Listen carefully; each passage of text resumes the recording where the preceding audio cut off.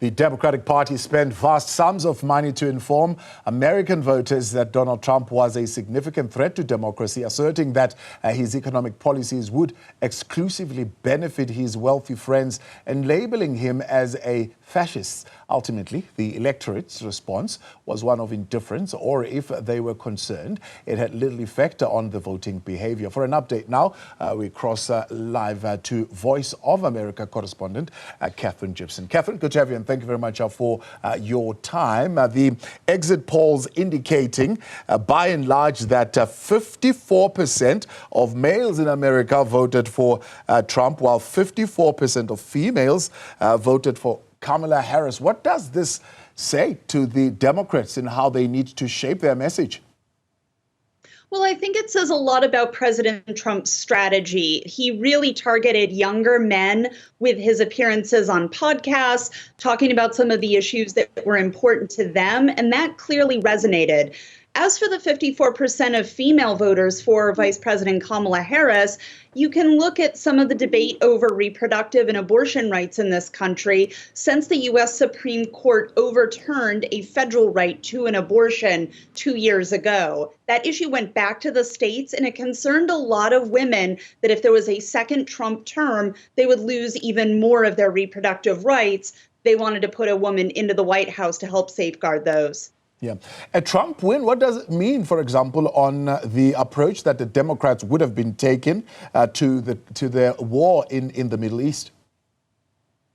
That's right. You know, we're looking at how the numbers are coming in from some of those Muslim American and Arab American majority areas, chiefly in the swing state of Michigan.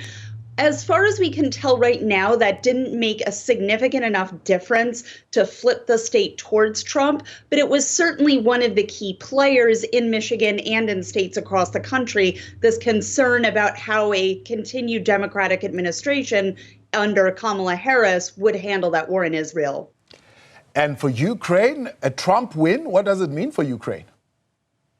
Well, we're anxiously watching here in the United States to see if the U.S. House of Representatives remains under Republican control. They are still counting the votes in a couple of key races across the United States that would decide which party has that majority.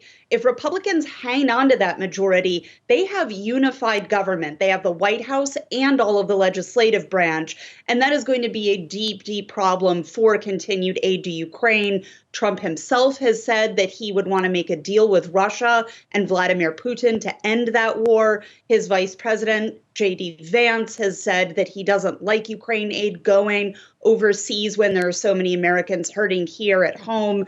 It's going to be a really tough thing to pass through Congress, particularly if it's all Republican held. Immediately coming into power, he says on day one, at least this also reiterated by Trump's press secretary, that his plan to start his first term would include launching a large mass deportation operation. How are the Democrats going to respond to that? Will they try and block that? Well, I mean, if they don't have control of the U.S. Senate or the U.S. House of Representatives, they don't have very many legislative options. They don't have any way of impeaching Trump again, if, again, Congress is controlled by Republicans. We're really going to have to see how that exactly plays out, if he uses National Guard in an unusual way, if there are protests among the regular people here in the United States. That's really an open question right now. Drill, baby, drill is what he said he's going to certainly do. Dig up fossil fuels. And I suppose that mandate gives him the power to do that. Yeah, he does have a lot of leeway in that area, and that's something that was incredibly popular among his supporters when I've been reporting with them in this election season or back in 2016 and 2020. That is a chief concern. You know, this really all goes back to the economic concerns of American voters and why they put Trump back in the White House. They see the price of gas and they feel like that is something that the Biden administration did not do enough to address.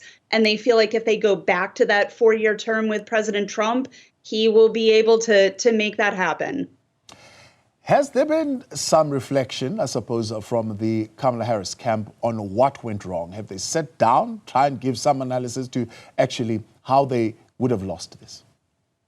Oh, don't doubt. Those meetings are absolutely happening, not only in the Kamala Harris campaign, but in the Democratic National Committee, in the Biden White House, among Democratic activist groups. Kamala Harris raised a great deal of money, over $1 billion.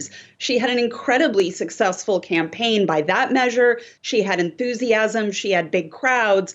What we need to take a step back and do now is see where that disconnect happened in terms of reaching out to voters. There clearly was a disconnect. She wasn't addressing enough of those issues in their minds.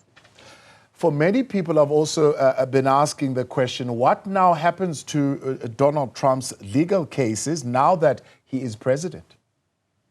So we know that prosecutor Jack Smith is negotiating to end 2 of those cases because a sitting president cannot have court cases going against him in the DOJ. So that's going to be wrapped up. There are also state level cases. We haven't quite received an update on those yet, but I'm sure we will be in the next few weeks and months.